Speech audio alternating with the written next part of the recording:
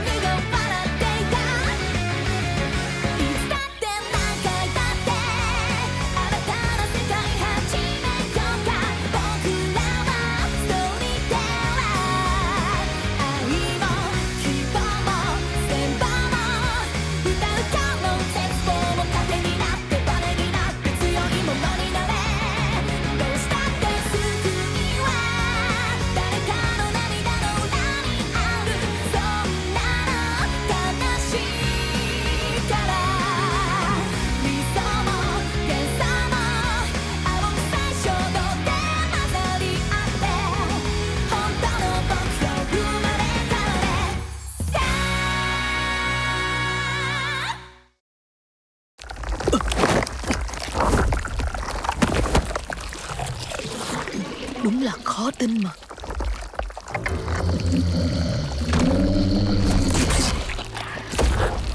Ra là vậy. Ngươi đã kịp biến hóa sang hình thái siêu chiến đấu, pha trộn đặc trưng của nhiều loại quái vật lẫn vật chất. Thì ra nó là vậy sao?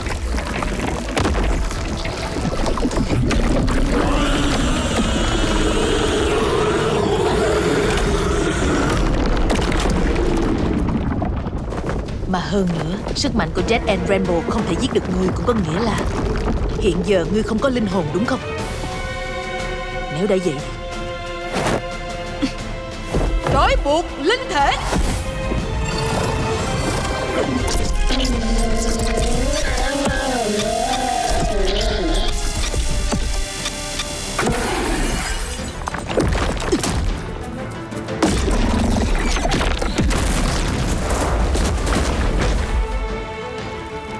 Chỉ có nhiêu đây thì chưa đủ chặn được ngươi. Triệu hồi tinh linh.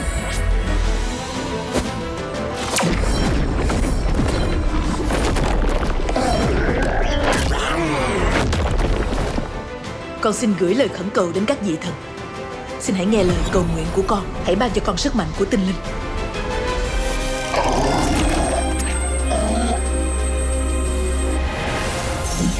Cầu xin các vị thần hãy chấp nhận lời khẩn cầu của con.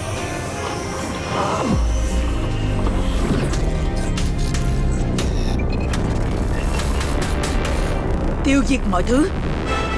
Hồn phách tan rã.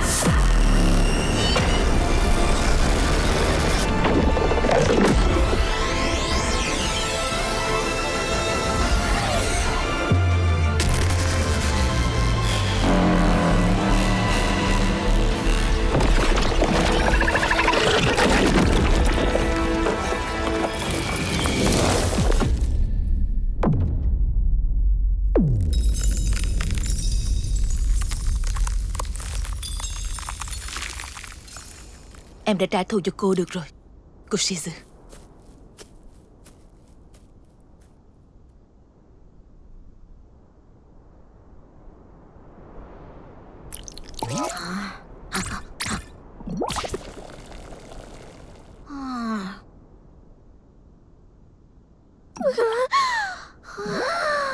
Cứ tưởng lần này tiêu luôn rồi chứ.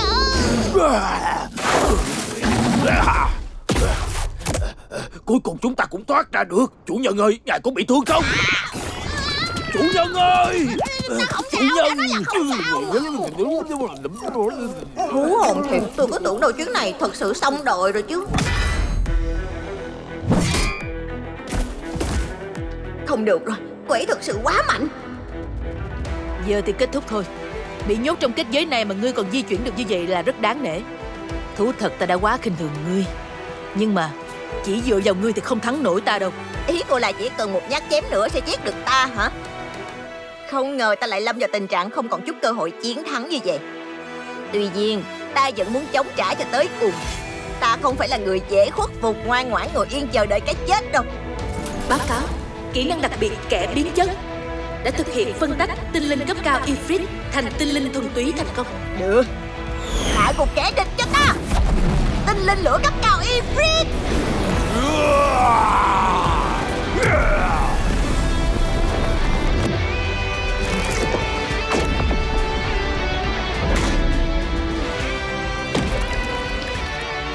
Ngay cái khoảnh khắc nguy cấp đó, tôi đã tạo phân thân để chạy thoát. Đúng rồi. Bỏ chạy vẫn là thượng sách đúng không? Nhưng phải công nhận sức mạnh của Hinata quá là phi thường mà. Cho dù không có kết giới thì chắc tôi vẫn thua thôi. Bởi vì cái chiều hồn phách tan rã đó.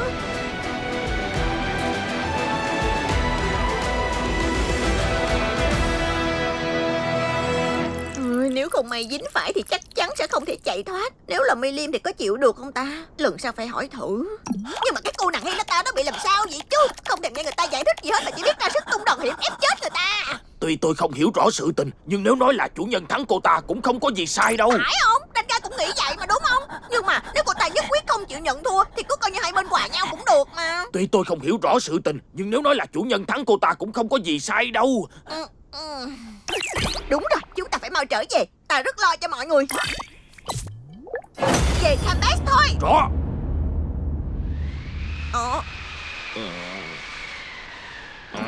Sao vậy? Báo cáo, không thể dịch chuyển đến địa điểm chỉ định. Hả? Tôi có một suy đoán rằng chúng ta đã bị ngăn cách với Tempest bởi một loại kết giới nào đó. Tôi linh cảm có chuyện chẳng lành. Nếu vậy thì có nơi nào gần Tempest để chúng ta có thể dịch chuyển tới được không? Tiến hành tìm kiếm.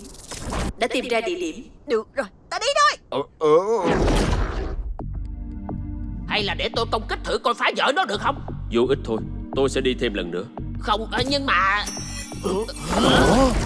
Ồ, trời ơi, Rimuru đại nhân. Rimuru đại nhân, thật mừng khi thấy ngài bình an trở về. Khoan. Ôi trời ơi, Sui, anh bị thương còn nặng hơn cả tôi nữa. Chỉ nhiêu đây thì không nhằm nhò gì đâu thưa ngài. Ngài Rimuru đây mà. Mà uống cái này đi. Chuyện gì đã xảy ra với Tempest vậy? Chuyện đó thì chúng tôi cũng không rõ nữa thưa ngài. Thuộc hạ của tôi vào thành phố, rồi chúng tôi bị mất liên lạc luôn, cho nên tôi lo quá. Có vẻ như Tempest đã bị kết giới bảo vệ. Quả nhiên là vậy. Ngài Zoe đã thử cố gắng phá kết giới đang bao phủ Tempest để có thể vào thành phố, nhưng lại bị thương khá nặng. Im lặng đi Soka, cứ mặc kệ tôi. Dạ. Ngay cả Sui mà cũng không phá được luôn thì cái kết giới này có vẻ đáng gờm thiệt. Là do ai đã làm vậy? Có vẻ như đó là Dương quốc Phanmut, là dương quốc của loài người. Có tình báo xác nhận rằng họ đã tiến hành các hoạt động quân sự trong thời gian qua. Đại quân của họ hiện giờ đang tiến về Tempest. Chúng ta phải về ngay.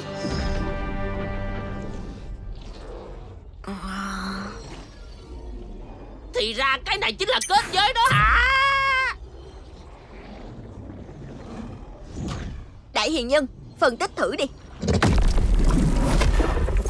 Báo cáo, do ảnh hưởng từ bên trong của đại ma pháp, kháng ma pháp trên diện rộng và kết giới với bên ngoài, mà nồng độ phân tử ma pháp trong thành phố đã giảm đáng kể. Phân tử ma pháp bị triệt tiêu sao? Vậy là giống kết giới thanh tẩy của Hinata rồi. Sai, tuy về nguyên lý thì giống nhau, nhưng năng lực thanh lọc kia là một phiên bản yếu hơn rất nhiều. Có thể kháng cự lại bằng kết giới nhiều tầng. Đại ma pháp ở bên trong cộng với ma pháp thần thánh bao vây bên ngoài, có tới 2 lớp kết giới lẫn sao? Rốt cuộc là ai đã làm điều này? Zoe à, bây giờ ta sẽ tiến hành ngăn chặn kẻ đang phát động đại ma pháp, còn mọi người thì hãy truy tìm những kẻ đang duy trì kết giới đi. Tuân lệnh. Tuân lệnh. Nhưng có điều là mọi người tuyệt đối không được giao tranh, xác định lai lịch và sức mạnh của kẻ địch trước đã. Vậy chúng tôi liên lạc với ngài bằng cách nào đây? Để coi. Nếu có cái này, dù còn kết giới, chúng ta vẫn có thể liên lạc bằng thần giao cách cảm đúng chứ? Tôi hiểu rồi. Được rồi, đi đi. Dạ. Ra gà chui vào bóng của ta mau. Dạ. Gabiru hãy chờ ở đây nha. Xin ngài bảo trọng. À,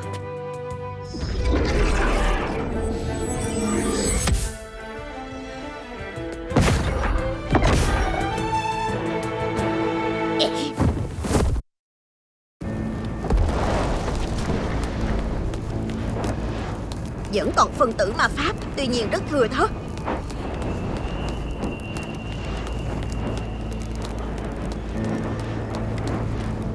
Đúng là tàn nhẫn mà.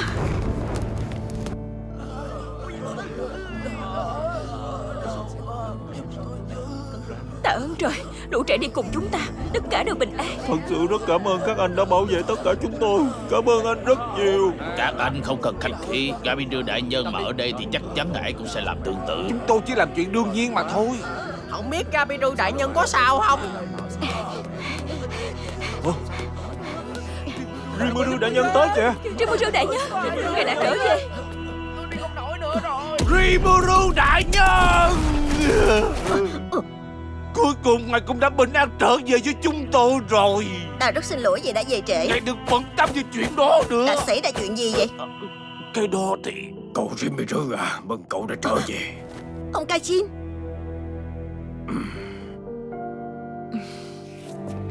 Rimuru đại nhân, chúng tôi cần báo cáo tình hình và bàn bạc với ngài. Xin ngài hãy đến phòng tác chiến ở bên này. Ông Kachin à, bên kia là... À không, cái đó... Đó chỉ là một vấn đề nhỏ nhỏ thôi thưa ngài Rimuru. Đừng che giấu ta. Có gì ở quảng trường bên đó vậy? Dạ thưa đại nhân.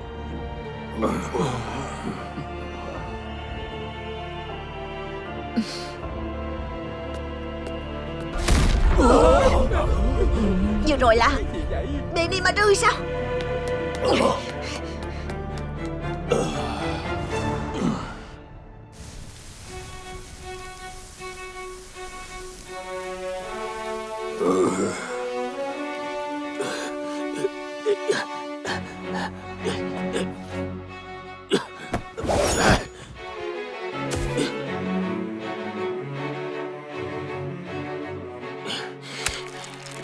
Có phải là ngươi cũng định bao che cho cô ta hay không? Xin lỗi ngươi nhưng hiện giờ ta không có thời gian. Mau tránh qua một bên cho ta. Chuyện đó thì không được đâu. Hiện giờ ngươi đang mất bình tĩnh như vậy thì làm sao ta có thể giao cô ấy cho ngươi được chứ? Cái gì? Ngươi nói là ta đang mất bình tĩnh hay sao? Nếu như ta thật sự mất bình tĩnh thì ta đã dùng lửa thổi bay các ngươi từ lâu rồi kia. Ngoan ngoãn nghe lời đi. Xin thứ lỗi nha. Dù sao thì ta vẫn quyết phải bảo vệ cô gái này. Ta đã nói là ngươi ngoan ngoãn nghe lời đi mà. Giỏi. Nhưng ta vẫn có thể chiến đấu được. Nếu ngươi còn chống cự tới cùng, ta thật sự sẽ... Dừng tay lại Benimaru. Rimuru đại nhân. Anh mau giải thích chuyện này đi. Chính là vì kết giới này, nó khiến phe ta không sử dụng được ma pháp nên đã bị suy giảm trầm trọng về sức mạnh. Chính vì vậy mà trong thành phố đã có vài người hy sinh. Ngài Benimaru à? Chuyện đó chúng ta sẽ nói sau. Cũng vào lúc đó chúng tôi đã phát hiện ra nguyên nhân mình yếu đi là do ma pháp cô gái đó sử dụng. Rồi chúng tôi tìm ra cô ta, nhưng khi bắt cô ta lại thì Vô lại ra tay cản trở tới cùng, buộc chúng tôi phải chiến đấu với bọn họ. Vậy à? Rimuru đại nhân, tôi xin lỗi. Tôi hoàn toàn không có một chút ý nghĩ nào phản bội. Chỉ là tôi muốn giúp cô gái Miran này nên mới như vậy. Miran hả? Thôi đủ rồi.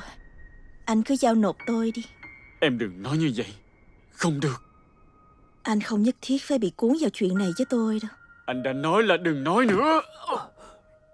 Rimuru đại nhân, tôi biết kẻ làm khách như mình không có tư cách lên tiếng ở chỗ này, nhưng mà cầu xin ngài có thể nghe chúng tôi giải thích mọi chuyện được không?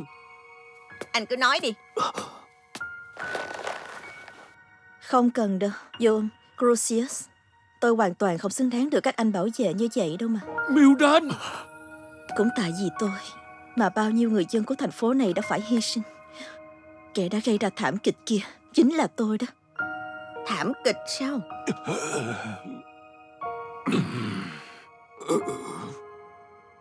Ý của cô là gì hả?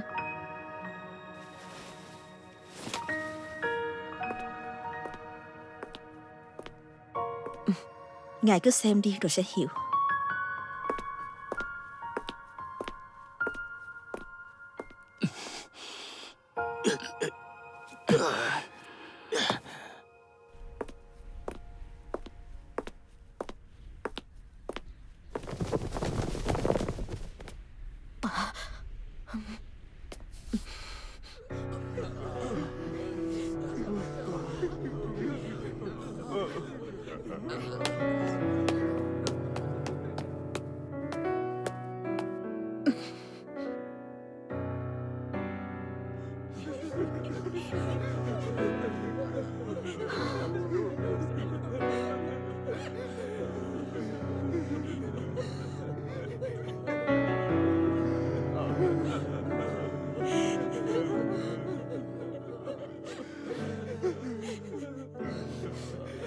Chuyện này là sao vậy? Rốt cuộc chuyện gì đã? Tất cả những người này đều đã chết sao? Cái bọn loài người đó, chúng không hề nương tay. Do loài người hả? Chúng tôi đã làm theo đúng như chỉ thị của Rimuru đại nhân là tiếp nhận và chung sống hòa bình cùng với loài người. Vậy mà kết cục lại... Đừng nói nữa. Im lặng hết đi. Tôi thành thật xin lỗi. Tất cả là do mình. Là vì những lời mình đã nói. Chúng ta có 3 quy tắc. Ít nhất thì hãy làm theo 3 quy tắc này cho ta. Thứ nhất, không được tấn công con người. Thứ hai, không được tấn công đồng loại. Thứ ba, không được xem thường các chủng tộc khác. Hết. Thảm kịch này là do họ tuân theo mệnh lệnh của mình. Nếu như lúc đó tôi không sử dụng đại ma pháp thì những chuyện này đã không xảy ra rồi.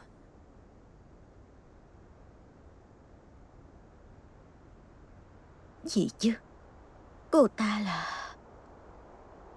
Báo cáo, không xuất hiện sự suy yếu do ảnh hưởng từ đại ma pháp, kháng ma pháp trên diện rộng. Nếu xét về nguyên nhân thì có thể khẳng định là do cá thể này có mức độ liên quan cao hơn những kẻ mà ngài đã phái Soe đi thăm dò. Phải rồi, mình cần bình tĩnh lại. Cô gái tên Miran này cứ như đang cố tình chọc giận mình để mình ra tay giết mỗi cô ta thôi. Mục đích là để bảo vệ vô và Crucius sao? Tên cô là Miran phải không? Ta rất muốn nghe rõ sự tình. Cô hãy tới phòng họp cùng với ta đi. Rimuru đại nhân, nếu như có thể, ngài cho tôi tới phòng họp tham gia chung được không? Với chuyện này thì tôi nghĩ mình có thể góp ý dựa trên góc nhìn của người ngoài cuộc. Em Jun Mai à? Ông cũng tới đây nữa sao? Được, nếu ông tham dự sẽ rất có ích. Và vậy là tôi đã nghe mọi người báo cáo về những chuyện xảy ra ở Tempest.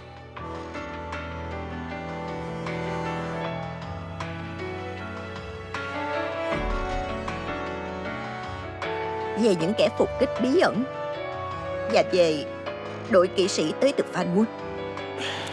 Nếu mọi người không bị suy yếu thì không thể có chuyện Hakuro bị thua trận được. Cái gì chứ? Hakuro thua sao? Tuy bị thương nghiêm trọng nhưng ông ấy vẫn giữ được tính mạng, thưa đại nhân. Gopta cũng phải chịu tình cảnh tương tự và đang được công chúa Suna điều trị. Vậy hả? Đám kỵ sĩ của vương quốc Fanwood trước khi rời đi đã...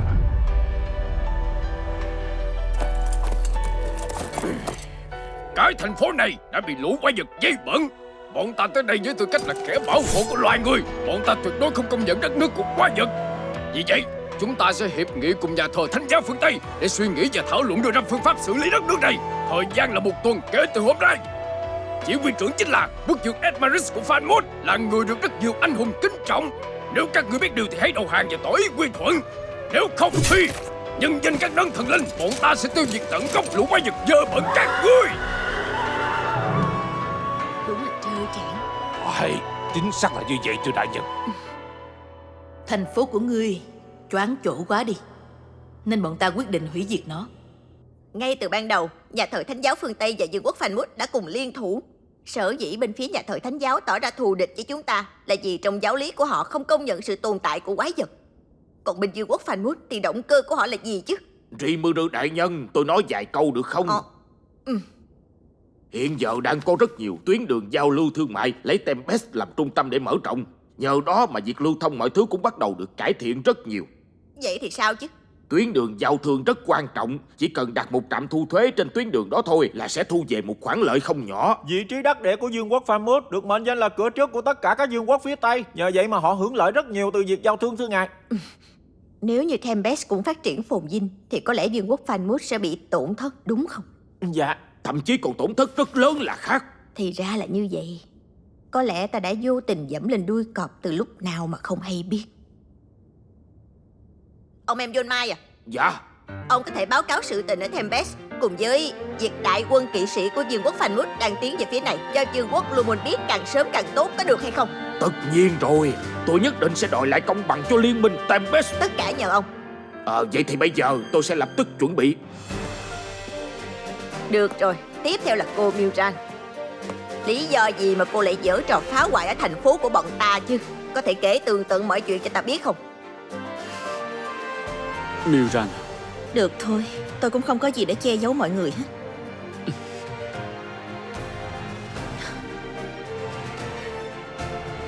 Tên của tôi là Mildred. Tôi chính là tay sai của ma dương Clayman. Tay sai của ma dương sao?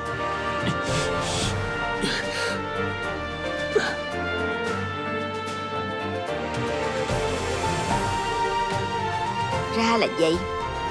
Clayman chính là kẻ đã giật dây đằng sau chuyện này hả?